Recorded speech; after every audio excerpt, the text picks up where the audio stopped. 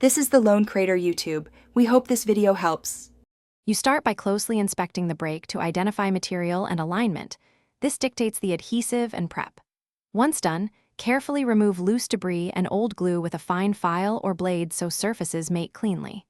Place small parts in a tray and label them, and select adhesives.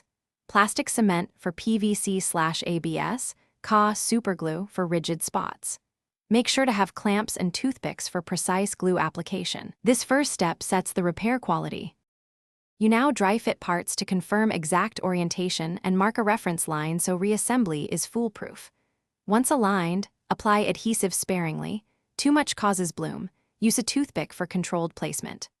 Hold or clamp until initial cure, then add structural reinforcement where needed. Drill a tiny hole and insert a metal pin for limbs, or mix epoxy to fill gaps. Make sure to smooth seams with a fine file after curing so primer, and paint will bond evenly. You finish by sanding seams through progressively finer grits and cleaning with isopropyl alcohol so primer adheres. Once dry, prime small areas and retouch paint, feathering edges to blend with the surrounding finish. Use thin layers to avoid drips.